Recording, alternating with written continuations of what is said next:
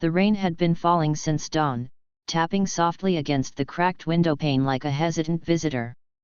Inside the dim living room, Sarah sat motionless on the edge of her worn-out sofa, staring at the silent phone in her trembling hands. Every second felt heavier than the last. The clock on the wall ticked loudly, counting moments she wished she could erase. At 43, life had already tested her more than most. Yet nothing could have prepared her for the words she was about to hear. The phone finally rang. Her heart jolted. She answered instantly. Yes. A pause. Then a voice calm, clinical, distant. Mrs. Ahmed, this is Mercy General Hospital. Your husband has been brought into emergency. You need to come immediately. The world seemed to tilt. What happened? She whispered. There's been an accident. Please come as soon as possible. The call ended. Sarah stood frozen, her legs refusing to obey. Her husband, Imran, had left early that morning for work, just like every other day. A quick goodbye, a tired smile, and a promise to bring groceries in the evening.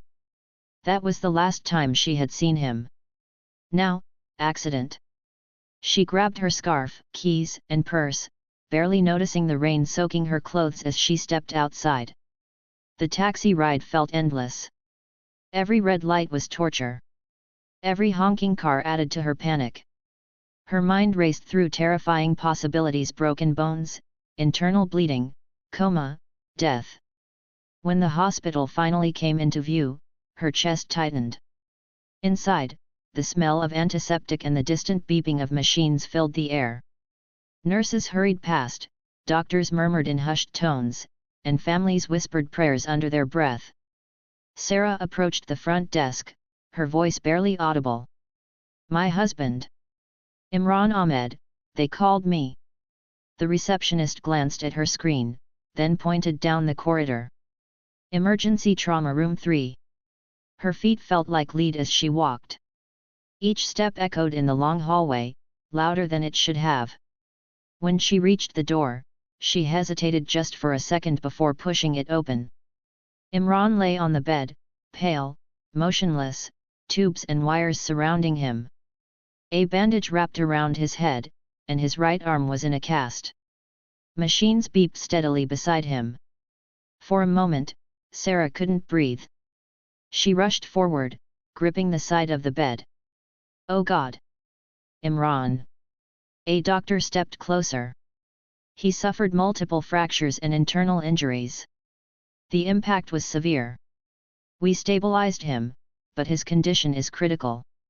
The next 48 hours are crucial. Her knees weakened. Will he survive? She asked, tears blurring her vision. The doctor paused. We are doing everything possible. But there's another complication. His kidneys are failing. Without immediate dialysis and possibly a transplant, his chances are very low. The words struck her like a hammer. Kidney transplant. How soon? She whispered. Sooner than we hoped. His condition is deteriorating rapidly. Sarah felt as if the ground beneath her had disappeared. The world around her faded, leaving only the steady beeping of the machine and the weight of impossible choices. That night, she sat alone beside Imran's bed, holding his hand, whispering prayers into the silence. Memories flooded her mind: their wedding day, the small apartment they once shared, their laughter, their struggles, their victories. They had built their life from nothing. 20 years earlier, Sarah had been a hopeful young woman with dreams of education and independence. But life had other plans. When her father fell ill, she had dropped out of college to care for him. Later, financial pressures forced her into marriage earlier than she expected. Imran had been kind but distant. A man burdened by responsibilities, always chasing stability but never quite reaching it. They struggled. Money was scarce. Bills piled up. Dreams were postponed indefinitely. Yet Sarah never complained. She worked tirelessly, stitching clothes late into the night, cleaning homes during the day, and still managing the household with quiet dignity. Her sacrifices went unnoticed, her exhaustion unseen. Now, standing on the edge of losing him, she realized how deeply her life was intertwined with his. The next morning, the doctor returned with test results. "Mrs. Ahmed," he said gently, "your husband needs a kidney transplant urgently.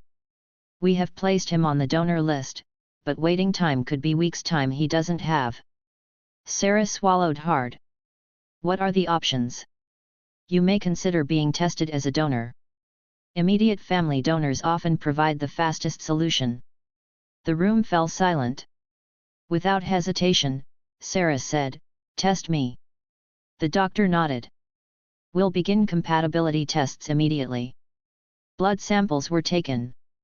Hours stretched endlessly as she waited. Each passing minute deepened her dread. Finally, the doctor returned. "You are a perfect match." Her heart pounded.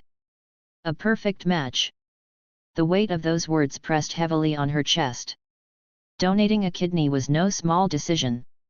It meant surgery, pain, risk, months of recovery. But none of that mattered. "I'll do it," she said firmly.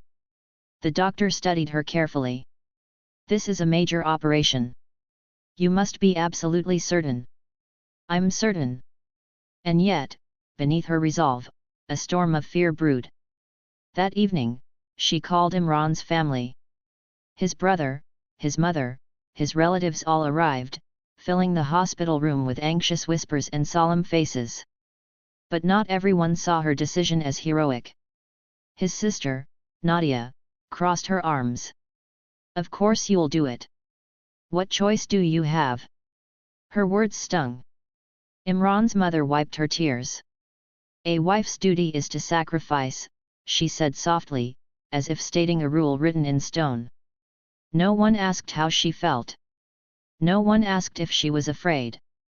She was expected to give, as she always had. That night, alone in the hospital corridor, Sarah finally allowed herself to cry. Silent tears soaked her scarf as the weight of expectation crushed her spirit. She wasn't just giving a kidney. She was giving a piece of her life. The next day, consent forms were placed before her. Legal documents filled with complicated terms, risks, and disclaimers. Her hands shook as she signed each page. And yet, a strange unease lingered. Something didn't feel right. In the days that followed, she noticed small details that troubled her. Nurses exchanged glances. Doctors avoided direct questions. And Imran's sister seemed unusually tense, constantly whispering on her phone and leaving the room whenever Sarah entered. One afternoon, Sarah overheard Nadia arguing quietly in the hallway. "We can't mess this up, everything depends on this transplant." Her words echoed in Sarah's mind. Everything depends on this transplant. What did she mean? That evening, Sarah decided to visit the dialysis unit alone. She wanted to understand Imran's condition better.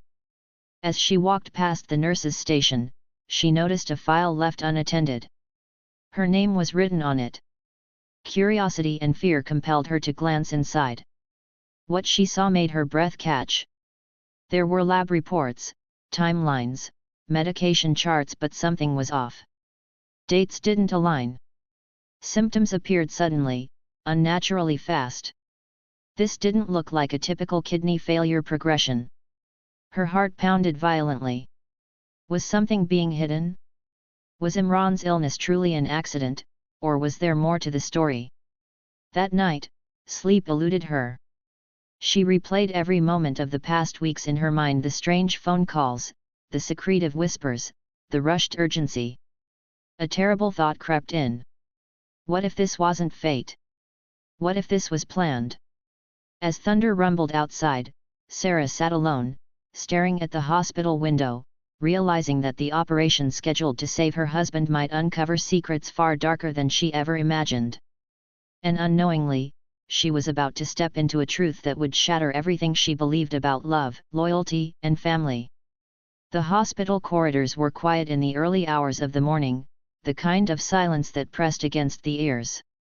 Sarah walked slowly, her footsteps echoing off the polished floor. She had barely slept. Her mind refused rest, circling endlessly around the unease that had settled in her chest. The file she had glimpsed the night before haunted her thoughts. Dates altered. Symptoms appearing too quickly. Test results that didn't match the expected progression of kidney failure. Something was wrong. She needed answers. At Imran's bedside, she watched his chest rise and fall. Tubes snaked across his pale skin. Machines whispered softly, sustaining his life. Her heart twisted with both love and doubt.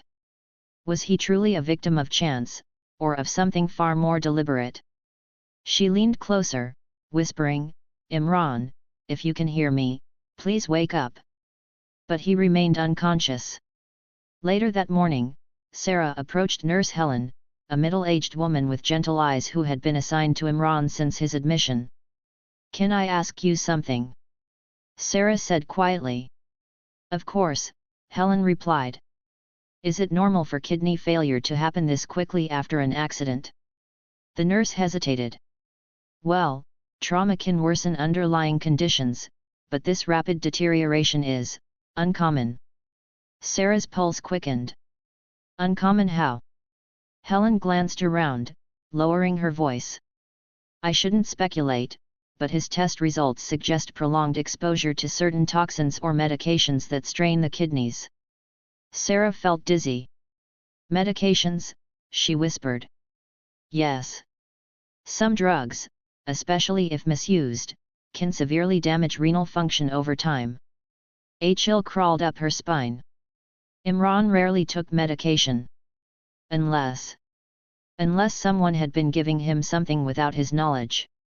Her thoughts immediately turned to Nadia, secretive, tense, constantly whispering.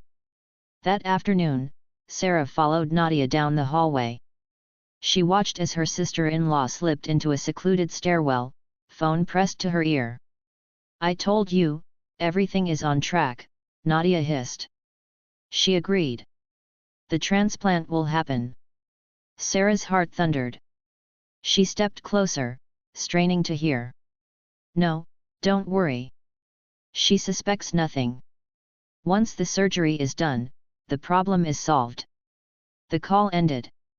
Sarah stumbled backward, pressing her hand against the wall to steady herself. Problem solved. What problem? And who was on the other end of that call? That evening, Sarah confronted Nadia. "What did you mean by everything is on track?" she demanded, her voice trembling. Nadia's eyes flashed. "You're eavesdropping now. I heard you. What are you hiding?" Nadia scoffed. "You're paranoid. My brother is dying and you're accusing me of things. I'm asking questions. Maybe you should focus on being grateful you're a match instead of playing detective." The words burned. Grateful? For giving up a part of her body? Sarah said nothing more. But her suspicions hardened. That night, she called her childhood friend, Farah, a pharmacist who worked at a local clinic. "I need your help," Sarah whispered. "Can you access prescription records?" Farah hesitated. "That's sensitive information." "Why?" "I think my husband has been given medication without his knowledge." A long pause followed. "Send me his ID details," Farah said quietly. "I'll see what I can find." Hours later, Sarah's phone buzzed. Her hands shook as she read the message. "Farah, there are multiple prescriptions under Imran's name from different clinics. Strong nephrotoxic drugs. None of these were necessary for his medical history." Sarah's knees buckled. Someone had been poisoning him. Slowly. Deliberately. Her chest constricted as the horrifying truth began to take shape. The accident hadn't destroyed his kidneys. They were already failing. Because someone wanted them to. But why? What possible reason could justify this? The answer struck her like lightning. A transplant. Someone needed her kidney. And they were willing to destroy Imran's health to force her hand.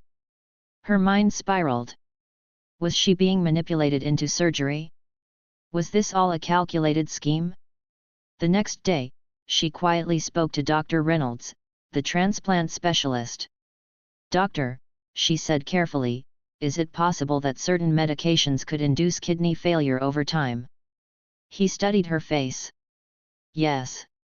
Unfortunately, prolonged exposure to certain toxins or drugs can severely damage the kidneys." "If that were the case," she whispered, "would the damage appear natural?" "In many cases, yes. It could be mistaken for disease progression." Sarah's heart sank. Could it be intentional? Dr. Reynolds hesitated. "In rare cases, yes." Her worst fears were confirmed. That evening, she confronted Imran's brother, Faisal. "I think someone has been deliberately poisoning Imran," she said bluntly. Faisal stared at her, stunned. "That's insane. I have proof." She showed him Farah's messages. His face drained of color. "Who would do this?" he whispered. Sarah swallowed. "I think Nadia knows more than she's saying." Faisal shook his head. "My sister would never." "Then why the secret phone calls? Why the urgency? Why talk about the transplant like it's a solution to some hidden problem?" Faisal fell silent. Doubt crept into his eyes. That night, security footage from the hospital pharmacy revealed something chilling. Nadia had been collecting medication large quantities long before Imran's accident. The pieces finally aligned. Nadia wasn't acting alone. She was working with someone. But who? Sarah's heart twisted with betrayal. She had trusted this family. Given everything. Now they were sacrificing her without her consent. As the truth unraveled, a terrible realization dawned. If she went through with the surgery, she might never wake up. Fear wrapped around her throat. But backing out meant Imran would die. She stood trapped between two impossible choices. Save herself or save a man whose life had been weaponized against her. That night, she sat alone in the hospital chapel. Tears streamed down her face. "God," she whispered, "show me the truth. Show me the path." And just then, her phone vibrated. A message from an unknown number. "If you want to know why your husband is really dying, come alone. Midnight. Parking level C." Her heart nearly stopped. The hospital clock read 11:47 p.m. Sarah stood near the elevator, her heart pounding so loudly she was sure someone would hear it. The building had grown eerily quiet. Most visitors were gone, and the hallways were dimly lit, shadows stretching unnaturally along the walls. She clutched her phone, staring at the anonymous message. Parking level C, midnight. Alone. Every instinct screamed danger. But the truth called louder. If someone knew why Imran was truly dying, she had to find out no matter the risk. The elevator doors slid open with a soft chime. She stepped inside, pressing the button for the basement parking levels.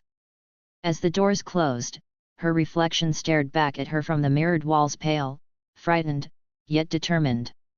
The elevator descended slowly. Each floor felt like a countdown. When it finally stopped, the doors opened to darkness and the faint hum of distant engines. The concrete floor echoed beneath her cautious steps. Rows of parked cars formed shadowy corridors. Her breath fogged in the cool underground air. "Hello," she called softly. No answer. She took another step forward. A shadow shifted. Her heart jumped. A figure emerged between two vehicles, tall, hood pulled low, face hidden. "You came," the voice said, male, rough, unfamiliar. "Who are you?" Sarah demanded, forcing her voice steady. "That's not important. What matters is what you don't know." "Then tell me." He hesitated, glancing around. "Your husband's illness wasn't an accident. It was manufactured." "I know," she whispered. His eyes widened. "Then you know about the medications?" "Yes." "Good. Then you should also know this: the transplant isn't meant to save him. Her breath caught. What do you mean? It's meant to save someone else. A chill sliced through her. Who? The man swallowed. Nadia's son. The world tilted. Her son. Sarah gasped. But he's healthy. Not for long. He has a genetic kidney disorder. It's early stage, but progressing. She discovered it months ago. No compatible donors in the family. But then, she realized something. Sarah's mind raced. She realized, me. You. A rare perfect match. Sarah's knees trembled. So she poisoned her own brother, to force a transplant, to get my kidney. The man nodded grimly. She needed urgency. A dying patient moves faster through transplant protocols. Sarah staggered backward, pressing her hand against a concrete pillar. Why are you telling me this? Because I was paid to deliver the medications. But I didn't know the truth until it was too late. Who paid you? Nadia. Through an offshore account. Anger exploded in her chest. She used me. She used him. She used everyone. The man glanced nervously at his watch. You shouldn't be here. If she finds out I spoke. A sudden engine roared. Headlights flared. A black SUV sped into the parking garage, tires screeching. The man's face drained of color. She's here. What? Run. Before Sarah could react, he bolted. The SUV swerved sharply, blocking her path. The driver's door flung open. Nadia stepped out. Her face was no longer masked by false concern. It was cold. Calculated. Dangerous. You shouldn't have come, she said quietly. Fear gripped Sarah's throat. What did you do to your brother? Sarah cried. Nadia sighed. You wouldn't understand. I did what a mother must. You destroyed him. I saved my son. He isn't even dying. He will be. And I refuse to wait. Sarah shook her head in disbelief. You manipulated me. Used my body. My life. Nadia's eyes hardened. You're expendable. My son isn't. The words sliced deep. Suddenly, two men emerged from the SUV, stepping closer. Let her go, Sarah demanded. Nadia smiled darkly. I can't let you ruin everything. One of the men grabbed Sarah's arm. She screamed. Stop. She struggled, but their grip tightened. Nadia stepped closer, her voice icy. You'll have the surgery. And after that, accidents happen. Panic exploded. They were planning to kill her. Just then, a loud shout echoed. Police! Let her go! Red and blue lights flooded the garage. The men released her instantly, backing away. Nadia froze. Within seconds, officers surrounded them. Handcuffs snapped. Nadia screamed, her composure shattering. You can't prove anything. Sarah collapsed against a pillar, shaking violently. An officer rushed to her side. Ma'am, are you hurt? She shook her head, tears streaming. No, but my husband. He's safe, the officer assured. Your friend tipped us off. Friend? The man you met. He contacted us earlier. We followed. Relief crashed through her. Nadia was arrested. The truth exposed. But the battle wasn't over. Imran still lay unconscious. And the consequences of Nadia's actions were irreversible. The next morning, doctors confirmed the damage. Even if the poisoning stops, his kidneys are severely compromised, Dr. Reynolds explained. He will need lifelong dialysis, and possibly a transplant later. Sarah closed her eyes. But this time, the choice was hers. Not coerced. Not manipulated. Not stolen. She visited Imran, holding his hand. "You were used," she whispered. "Just like me." He stirred slightly, fingers twitching. Tears rolled down her cheeks. "I won't abandon you. But I won't be sacrificed either." The path ahead was uncertain. But for the first time, the truth stood in the light. And truth, though painful, brought freedom. The courtroom was suffocating. Every bench was filled. Journalists whispered. Cameras flashed. The air buzzed with curiosity, outrage, and disbelief. At the center of it all sat Nadia, once a loving sister, now accused of poisoning her own brother and plotting the death of her sister-in-law. Sarah sat stiffly in the front row, hands clasped tightly in her lap, her heart heavy with emotions she could barely process. Pain. Anger. Shock. Grief. They all twisted together into a single crushing weight. The judge entered. Silence fell. The trial began. The prosecutor stood, his voice firm. "This case is not just about attempted murder. It is about betrayal, manipulation, and a horrifying abuse of family trust." He outlined the evidence: the forged prescriptions, pharmacy records, CCTV footage, financial transfers, witness testimony. Each revelation felt like a fresh wound. Sarah clenched her jaw. She glanced at Nadia. Her sister-in-law stared straight ahead, face expressionless, fingers trembling slightly. When it was Sarah's turn to testify, her knees nearly buckled. She stepped into the witness box, heart pounding. "Please state your name," the clerk said.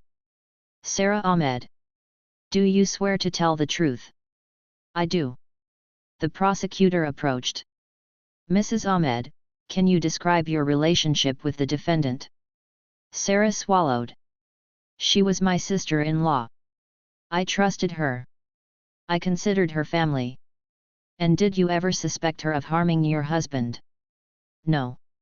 Never. Not until I saw the evidence." Her voice cracked. He nodded. "Tell the court what you discovered." Sarah recounted everything: the strange lab results, the hidden medications, the secret phone calls, the midnight meeting, the confrontation. Gasps echoed through the courtroom. Tears blurred her vision. "She planned to kill me," Sarah whispered. "After taking my kidney." A murmur swept across the room. The defense attorney rose. "Mrs. Ahmed, are you certain this wasn't a misunderstanding? A desperate mother trying to save her child." Sarah's eyes flashed. "She destroyed her own brother. She poisoned him. She planned my death. That is not desperation. That is cruelty." Silence fell. The judge leaned forward, expression grim. After days of testimony, the verdict was delivered. Guilty. Nadia collapsed into sobs as officers led her away. Justice had been served. But victory felt hollow. Because Imran still lay in a hospital bed, trapped between life and death. The emotional collapse. After the trial, Sarah visited Imran.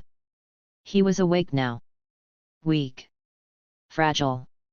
But conscious. When he saw her, tears pooled in his eyes. "I'm sorry," he whispered hoarsely. "For what?"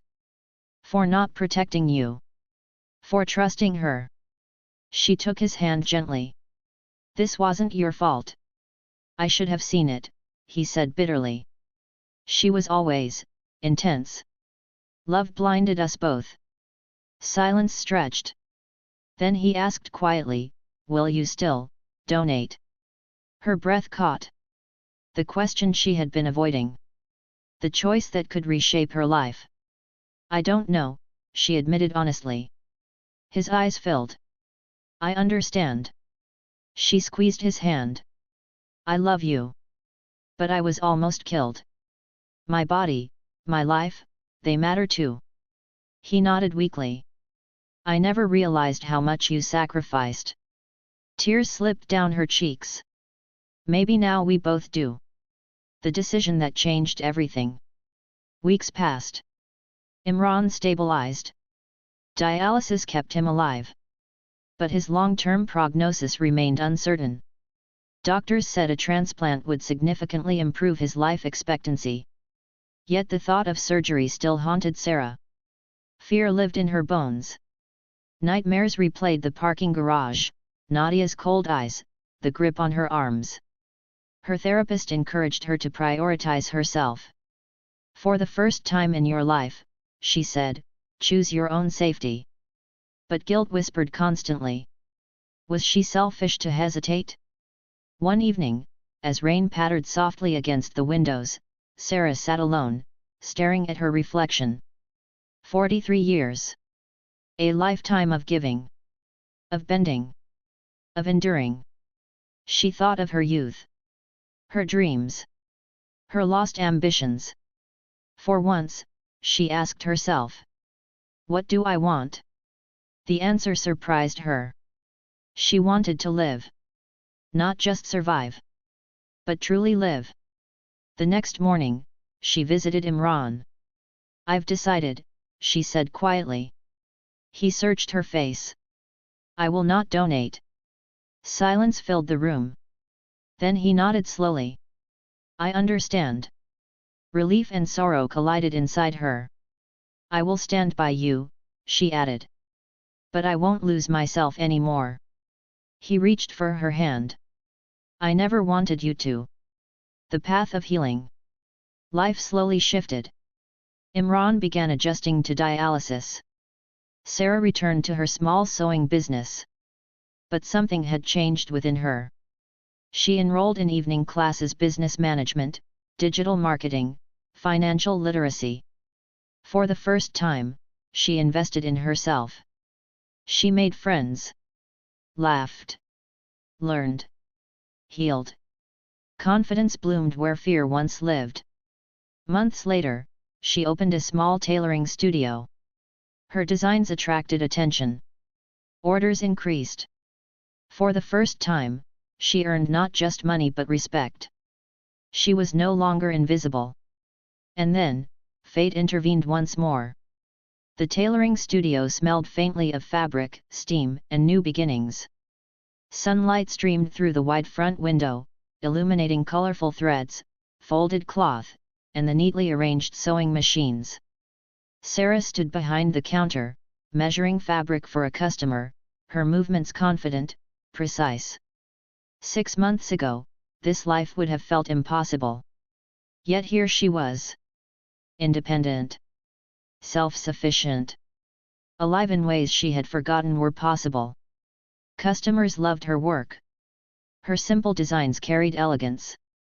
Her honesty built loyalty.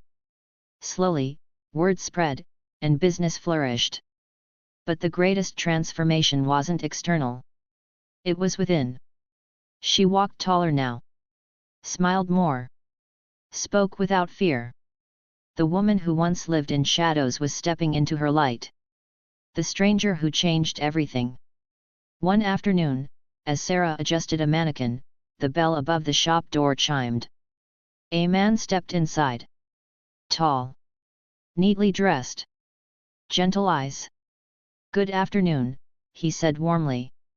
Are you Sarah Ahmed? Yes, she replied cautiously. My name is Daniel. I manage the boutique across the street. I've heard incredible things about your work. Her heart fluttered unexpectedly. Thank you, she smiled. I'd like to discuss a potential partnership. Our boutique is expanding, and we need a reliable designer. Her breath caught. This opportunity could elevate her small business to an entirely new level. They spoke for nearly an hour: fabrics, styles, markets, visions. His calm presence felt reassuring. His respect felt refreshing. And when he left, Sarah realized something startling. She had enjoyed his company. Not as a businessman, but as a person. A dangerous emotion. Over the following weeks, Daniel visited often. Sometimes for work. Sometimes just to check in. They shared coffee. Stories. Laughter. Slowly, a quiet connection bloomed. But every time Sarah felt happiness rising, guilt followed closely behind. Imran. He was still her husband. Still suffering. Still fragile. Though separated emotionally, they remained legally bound. And her heart wrestled with confusion. Imran's silent pain. Imran noticed the change in her. The new clothes. The spark in her eyes. The gentle smile she carried. He saw her leaving early. Returning late. Alive. And each day, it reminded him of everything he had taken for granted. One evening, when Sarah visited him, he finally asked. "You've changed." She hesitated. "Yes. Are you seeing someone?" Her heart pounded. "I don't know," she whispered. "Maybe." Pain flickered across his face, quickly masked by acceptance. "You deserve happiness," he said quietly. "But it hurts." Tears welled in her eyes. "I never wanted to hurt you." "I know." Silence settled between them. Heavy. Unspoken. Unresolved. When love knocks unexpectedly. One evening, Daniel invited Sarah for dinner. Just dinner. Nothing more. She hesitated for hours before agreeing. At the restaurant, candlelight danced across white linen tables. Soft music floated through the air. For the first time in decades, Sarah felt desired. Seen. Valued. They talked about childhood, dreams, regrets, and hope. "I admire your strength," Daniel said softly. "You rebuilt yourself." She lowered her gaze. "I had no choice." "You always have a choice," he replied gently. "You chose courage." Her throat tightened. No one had ever spoken to her that way. When he walked her home, the moment lingered between them. "May I see you again?" he asked. She nodded. "Yes." The emotional storm. That night, guilt consumed her. She sat alone, staring at her wedding photo. The woman in the picture looked small. Afraid. Dependent. She barely recognized herself.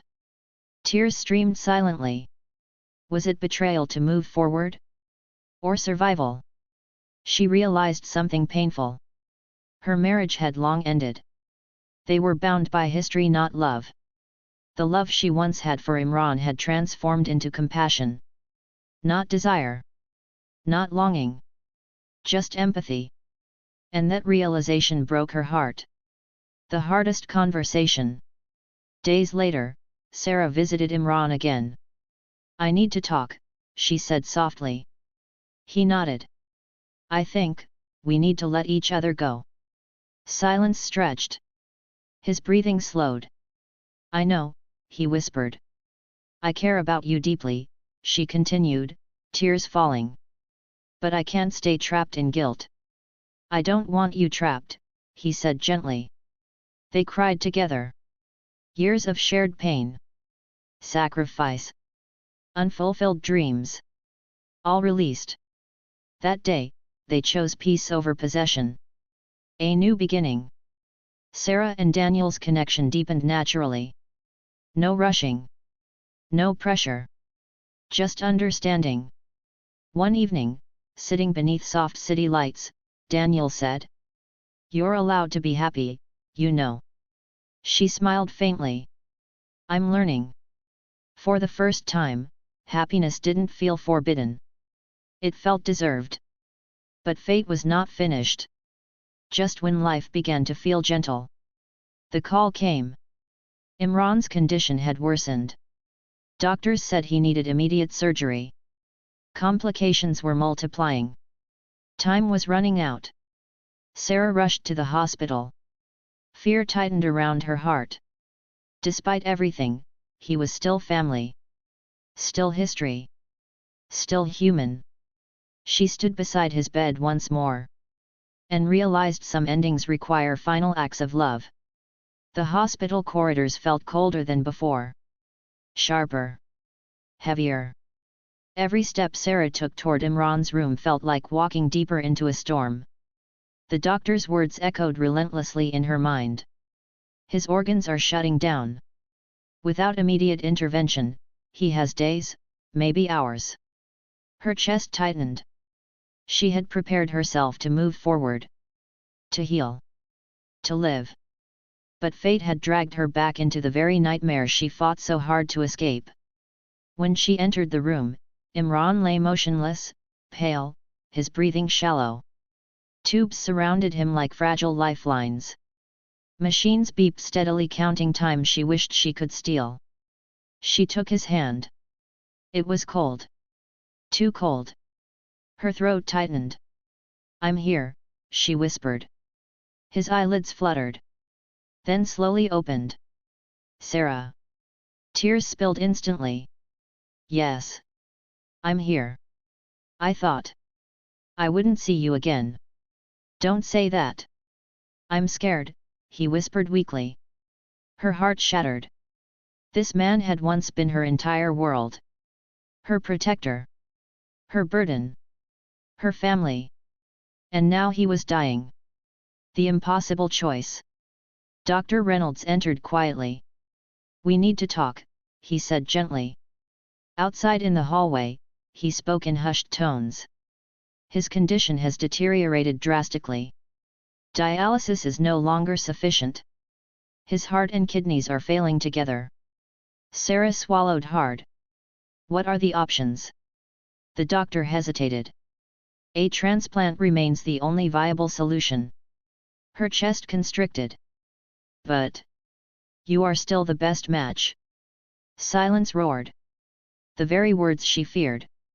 "I thought we agreed." "I know," Dr. Reynolds said softly.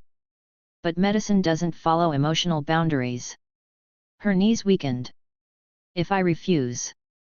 He didn't finish the sentence. She already knew. A battle inside her soul.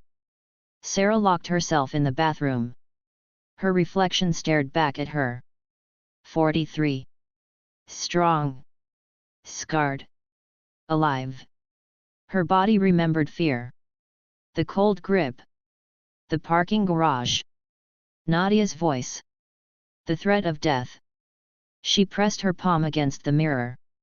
"I almost died," she whispered. Her mind screamed no. But her heart whispered, what if this is his last chance? Tears streamed. How did one choose between self-preservation and compassion? Between survival and sacrifice? Between fear and forgiveness? The confession. That night, Imran called her close. "I need to tell you something," he whispered. She leaned in. "I knew something was wrong. Long before the accident." Her breath caught. "I felt sick. Weak.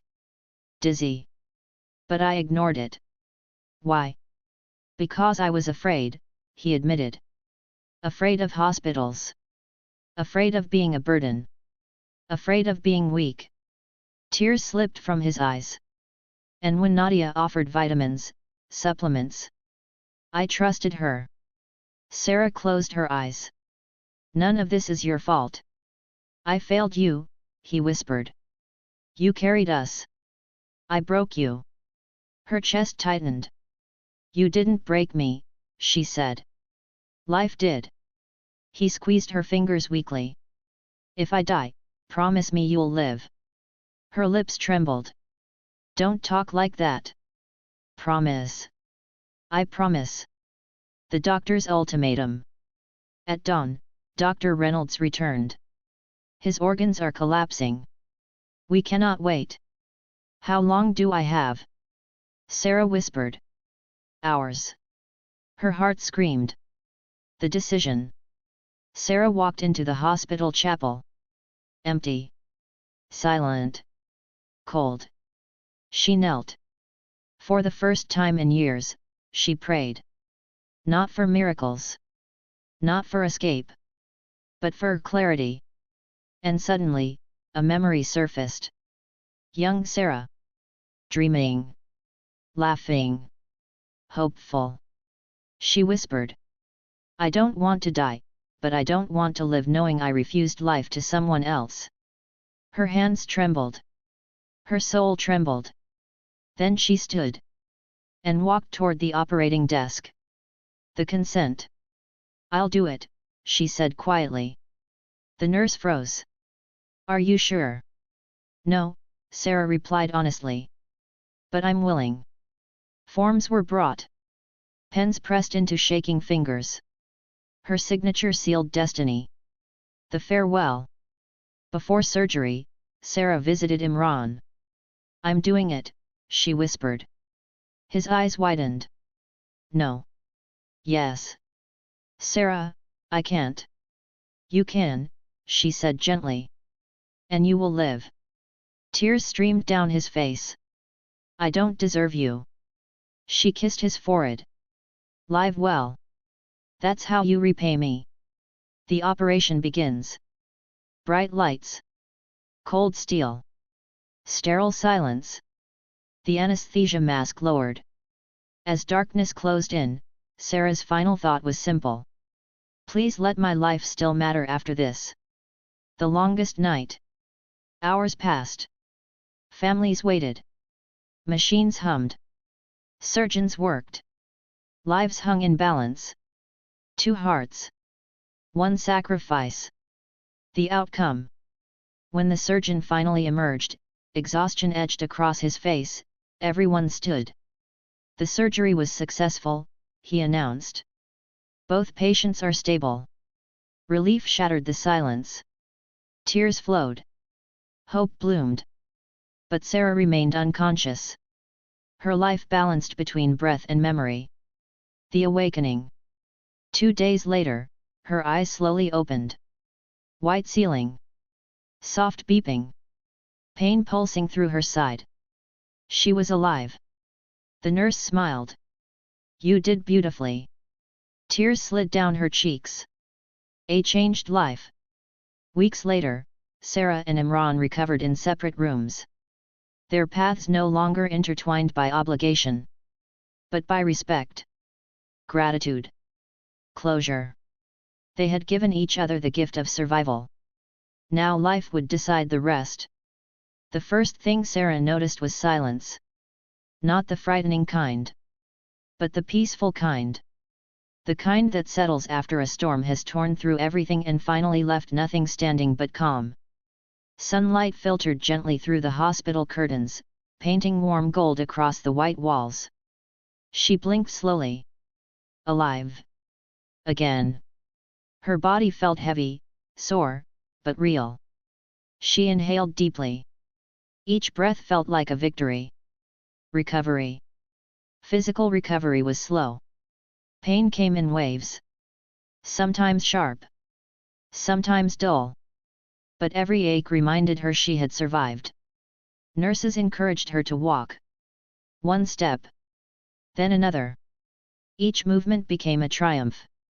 And with each step, her strength emotional and physical returned. Imran's awakening. 3 rooms down, Imran opened his eyes. New organs. New life. But a soul heavy with regret. The first thing he whispered was her name. Sarah. When they finally met again days later, it was not as husband and wife. Not even as lovers. But as 2 survivors standing at the edge of second chances. They sat in silence for a long time. Then Imran spoke. I remember everything now. She looked at him. The poisoning. Nadia. The pressure. The threats. Her heart skipped. What do you mean, everything? The hidden truth. He swallowed. Nadia didn't just poison me. Sarah stiffened. She was trying to kill me. The words landed like thunder. What? She wanted my inheritance, he whispered. My parents' estate. The insurance policy. Everything. Sarah's blood ran cold. She was slowly increasing the doses. Enough to weaken me. Not enough to kill me fast. Why? So my death would look natural. Organ failure. No suspicion. Cold rage filled Sarah's veins. And the parking garage. Imran closed his eyes. She planned that too. The revelation. After I started getting sick, she began manipulating everyone around me, he said. She told co-workers you were abusive. Told friends you were unstable. She isolated me. Sarah felt sick. She used me as a scapegoat. Yes. Why? Because if I died, and suspicion fell on you, she'd walk free with everything. Sarah's hands trembled. That woman destroyed my life. And nearly ended mine. The confession. Imran's voice broke. I trusted her. I doubted you. Silence thickened. You chose her, Sarah said softly. I was weak, he whispered. And I paid for it. Tears shimmered in his eyes. I know I can't undo the pain. But I want to help bring her to justice. Sarah exhaled slowly. Yes, she said. We will. The investigation reopens. Detective Carter returned. This time, the tone shifted. Not skepticism. Urgency. With medical evidence, pharmacy logs, toxicology reports, and Imran's testimony, a case finally formed. Nadia was arrested. Charged with attempted murder. Insurance fraud. Conspiracy. Her empire collapsed overnight. Facing Nadia. Sarah stood across the glass barrier in the interrogation room. Nadia's eyes burned with fury. You ruined everything, Nadia hissed. No, Sarah said calmly. You did. You think you're a hero now? No, Sarah replied. I'm just a woman who survived you. Nadia laughed bitterly. You saved him. But he will never love you again. Sarah smiled faintly. I didn't save him for love. She turned and walked away. Free. Closure begins. Weeks later, Sarah was discharged. She didn't return to the old apartment. Too many ghosts. She rented a small place near the river. Bright. Quiet. Peaceful. Every morning, she walked. Every evening, she wrote. Healing herself. Reclaiming her identity. The unexpected letter. One afternoon, a letter arrived. From a law firm. Imran's parents had left her something in their will before they passed. A trust fund. They had believed in her. Even when no one else did. Tears fell freely. For the first time, she felt seen. A new door opens. Sarah enrolled in counseling. Not for weakness. But for strength. She began volunteering with domestic abuse survivors. Her story became someone else's survival guide. Her scars became someone else's hope. Imran's visit. Months later, Imran stood at her door. Healthier. Stronger. Different. I came to thank you, he said. She nodded. You're welcome. And to say goodbye. Her chest tightened. Goodbye. I'm leaving the city. Starting fresh. That's good. I hope you find happiness. She met his eyes. I already have. They embraced not as lovers, but as two souls releasing the past. The twist. As Imran walked away, her phone buzzed. A message. Unknown number. You don't know the whole truth about Nadia. Her breath caught. Another message arrived. If you want real justice, meet me. Location. Time. Tonight. Her pulse thundered. Because she suddenly realized. This story wasn't finished. The message wouldn't leave her mind. You don't know the whole truth about Nadia. Sarah stared at her phone for hours. Every instinct screamed danger. But something deeper whispered truth. She had lived in lies for too long. She wouldn't run from truth again. The meeting. The location was an old riverside cafe, abandoned, broken windows, rusted chairs stacked against walls. The kind of place where secrets felt at home. Sarah arrived early. Cold wind brushed against her skin. Then footsteps. A man approached. Mid-40s. Tired eyes. Nervous hands.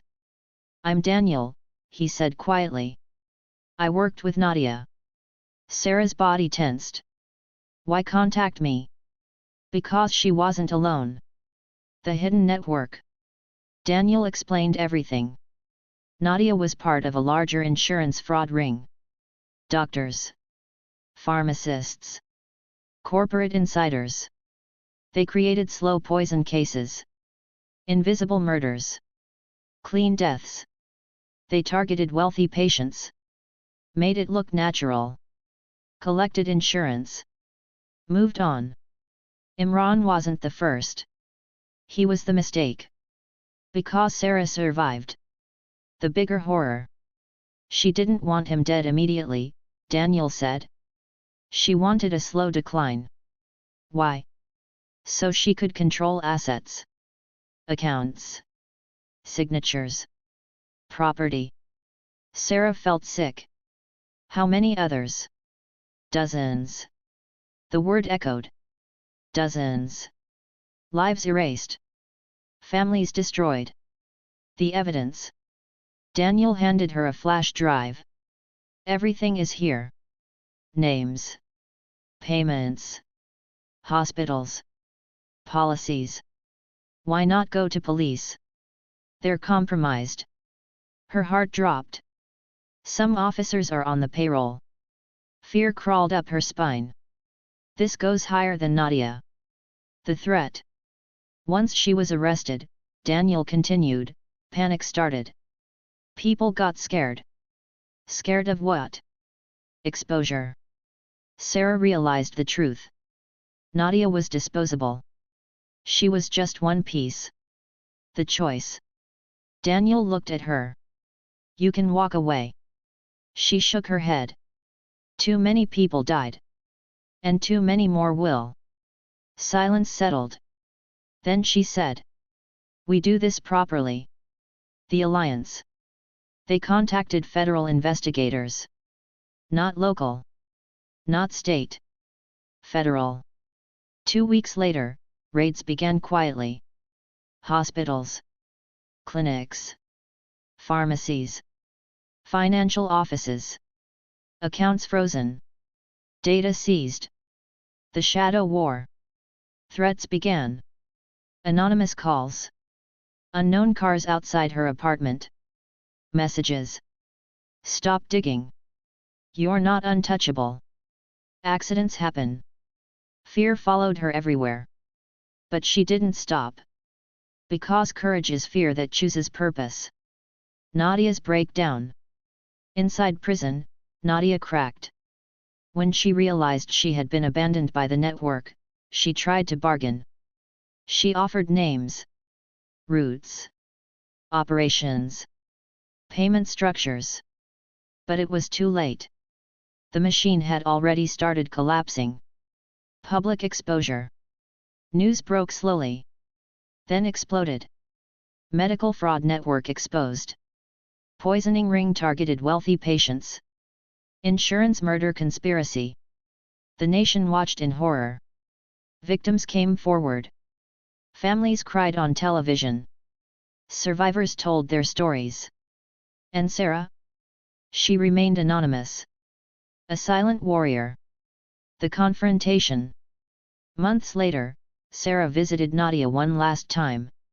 Nadia looked small now. Broken. No power. No control. You used me, Nadia whispered. You used everyone, Sarah replied. They were all guilty too. No, Sarah said softly. Some were just human. Nadia laughed bitterly. You think you're different? Yes. Why? Because I didn't become you. Freedom. When the prison doors closed behind her, Sarah felt light. Not because justice was perfect. But because truth had survived. The transformation. She moved cities. New identity. New job. New life. She began public speaking under a different name. Telling women about survival. About manipulation. About resilience. She wasn't a victim anymore. She was a voice. The symbolic moment. One evening, standing by the ocean, she whispered. They tried to bury me. Then smiled. They didn't know I was a seed. The calm before the ending. But even peace carries echoes. Sometimes at night, she still heard hospital monitors. Still felt cold floors. Still remembered betrayal. Healing isn't forgetting. It's learning to live anyway. The final setup. A letter arrived. No sender. Just words. The last part of the truth will come to you. No threats. No fear. Just certainty. Her story wasn't over. But it was finally hers. The envelope had no return address. No stamp. No handwriting. Just her name. Sarah. She stood frozen in the doorway of her apartment, staring at it like it might explode. Her heart whispered danger. But her soul whispered closure. She slowly tore it open. Inside, a single sheet of paper waited.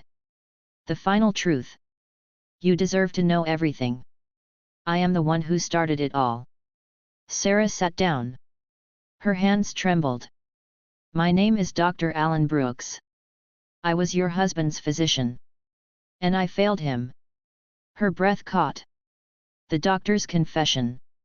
The letter continued. Imran was never supposed to die.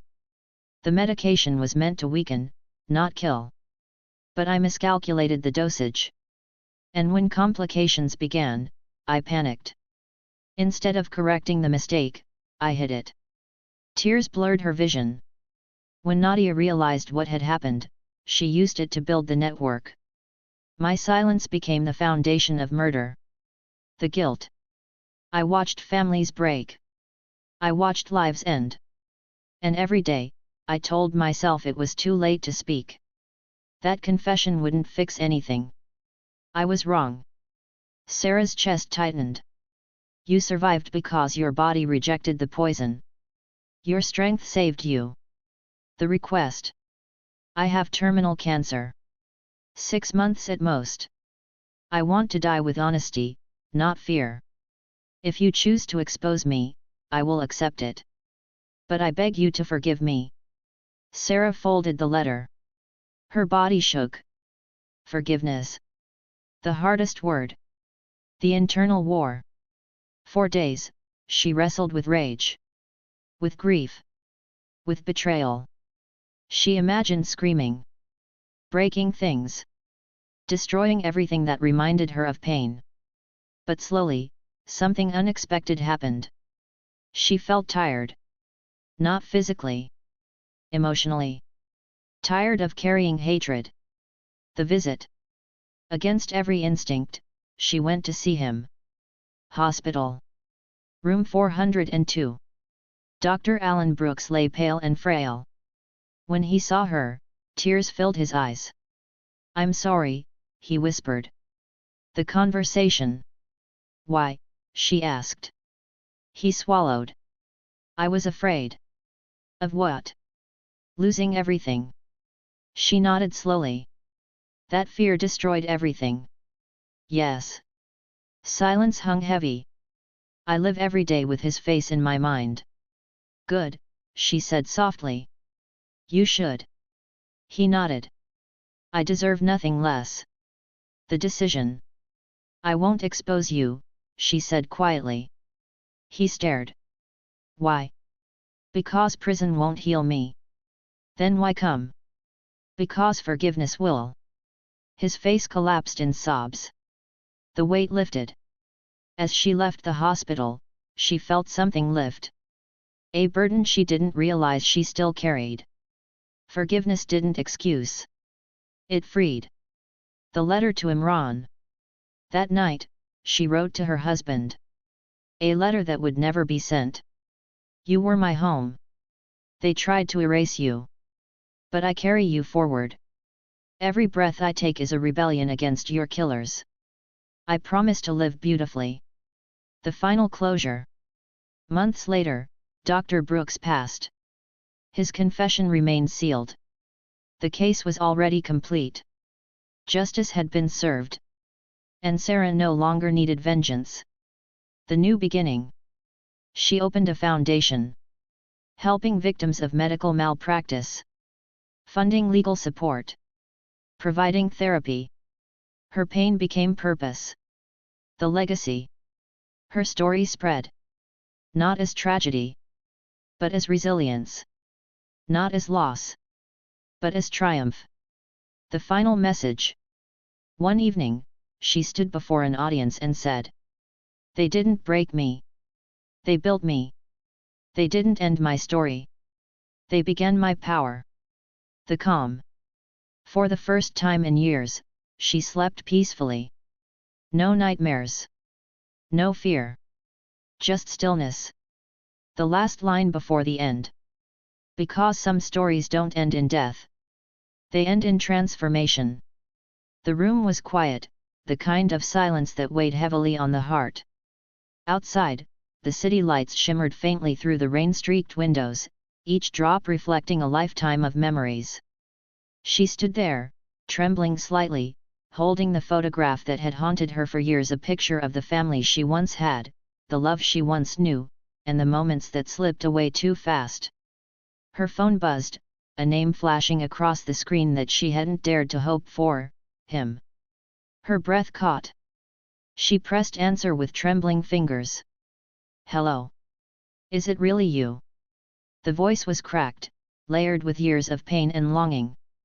"Yes, it's me." Tears blurred her vision, and in that moment, the walls she had built around her heart crumbled. Memories flooded back, laughter, arguments, promises whispered under starlit skies, the warmth of hands held in desperation, the heartbreak of letting go. I never stopped thinking about you," he whispered. Her chest tightened. "I thought I had moved on. But standing here, it feels like nothing ever changed." There was a pause, heavy with everything unsaid. Then, softly, he said, "I'm coming home.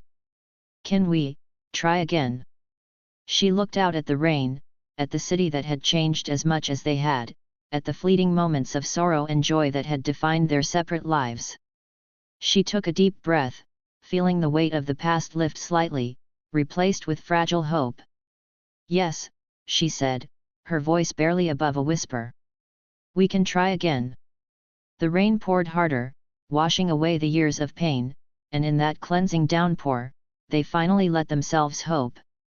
The past wasn't forgotten, but it was forgiven. The future stretched ahead, uncertain but bright, a blank canvas for love, for life, for everything they had once dreamed of. And in that final, cinematic moment, the camera of memory lingered on them, two souls reunited, fragile but unbroken, standing together against the storm, ready to write their ending, at last. The screen fades to black, leaving only the sound of rain and a heartbeat that promises new beginnings.